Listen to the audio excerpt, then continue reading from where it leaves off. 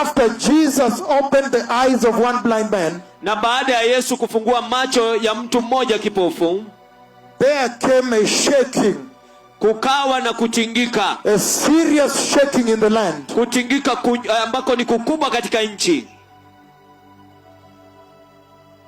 A shaking. Kutingika. Why? Kwa nini? Because Kwa sababu they asked why? wakauliza kwa nini? Why Kwa nini? and how? Na njia gani? And then there was a debate, a national conflict.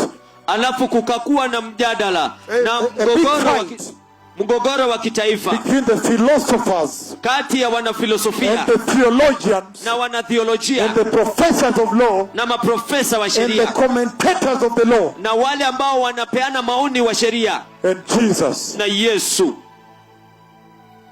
And the parents Na wazazi were caught wakapatikana in a place katika mahali in between. hapo katikati. Focus on me. Munilenge mimi. Focus on me. Munilenge mimi. A shaking. Kukakuwa na mtingiko. A national earthquake. Kukakuwa na tetemeko la ardhi la kitaifa.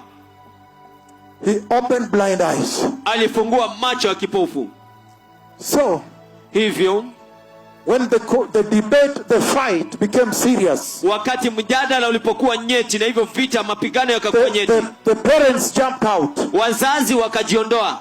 Because the synagogue wants to throw them out. Kwa sababu sinagogi linataka kuwatupa nje. Then they went to ask him. Kisha wakakwenda kumuuliza. You tell us. Wewe tuambie. How is it that you see now? Namna gani kwamba sasa unaona? He said. Akasema. I am not young. Mimi sio mdogo. I am not young. Mimi si mchanga. I have heard much. Nimesikia mengi. But I know one thing. Lakini najua kitu kimoja. And I may not know much. Na huenda sitajua mengi. But I know only one thing. Lakini najua tu kitu kimoja. That God, kwamba Mungu cannot use a sinner, hawezi kumtumia mwenye dhambi to do such a mighty work. Kufanya kazi kubwa kama hii. And all I know, na yote nayojua, is that I was blind. Kwamba nilikuwa kipofu.